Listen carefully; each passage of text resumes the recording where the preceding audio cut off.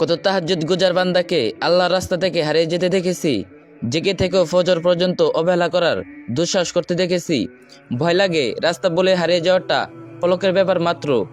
ওইদিকে এই আধুনিক সময়েও কত বান্দাকে দেখেছি আগে খেয়ে নিয়ে ইশার সালাতের পর ঘুমিয়ে যেতে, যেন সুন্নাতের খিলাফ না হয়, তাহাজ্জুদ না ছুটে যায়। ফজরে যেন থাকে আটট আর সুন্দর, প্রায়োরিটি আর কিছু না। আপনি আসলে হারিয়ে গেছেন নিজেকে এই সেই বুঝ দিয়ে। দুনিয়ায় মেতে থাকতে থাকতে নিজের রবকে ভুলে গেছেন, ছেড়েছেন ছড়েছেন। ভেবে দেখুন আপনার আজকের এই অবস্থান, দুনিয়া নিয়ে ব্যস্ততা, আল্লাহ থেকে দূরে সরে যাওয়া, পুরোটাই ছিল আপনার চয়েস, আপনার সিদ্ধান্ত। তাই আপনাকেও আপনার যাবতীয় ভনিতা আর অজুহাতের উপরে শপথ করা হয়েছে। এর উপরে থাকবেন কিনা, এভাবেই চালিয়ে যাবেন কিনা, সেটাও আপনার ব্যাপার। কোনো জোরাজোরি করবে না কেউ।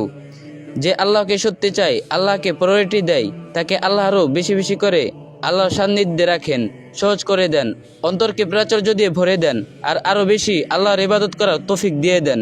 কারণ আল্লাহ যে তাকে ভালোবাসেন। আর যে আল্লাহকে চেনার পরেও আল্লাহর দিক থেকে একবারের জন্যে অন্যদিকে তাকানোর দুঃসাহস করে, শুকরিয়া এটাই যে ফেরার রাস্তা খোলা। এই ভিডিওটি শোনার তৌফিক হয়েছে মানেই এখনও সুযোগ আছে। কতজন গোপনে গোপনে এগিয়ে যাচ্ছে তাদের রবের দিকে, কোনো দিকে আর কারো দিকে না, তাকে এক মনে। নিজের কবর, হাসর, পুলসিরাত আর জাহান্নামের কথা ভেবে ভেবে এই মানুষগুলো চোখ লাল করে গাল ভেজিয়ে প্রস্তুতি নিতে নিতে দিনরাত হয়রান হয়ে যাচ্ছে। কেউ তাদেরকে চিনে না, দরকারও নেই। তারাও চায় তাদেরকে শুধু তাদের রব চিনুক। তারাও চায় কেবল তাদের রবকে চিনতে, ভালোবাসতে, সেই দয়াময় রবের সাথে সময় কাটাতে। আপনিও আজ থেকে তাদের একজন হয়ে যেতে পারেন। আলহামদুলিল্লাহ, সিদ্ধান্ত নিয়ে ফেরার সুযোগ আছে এখনও।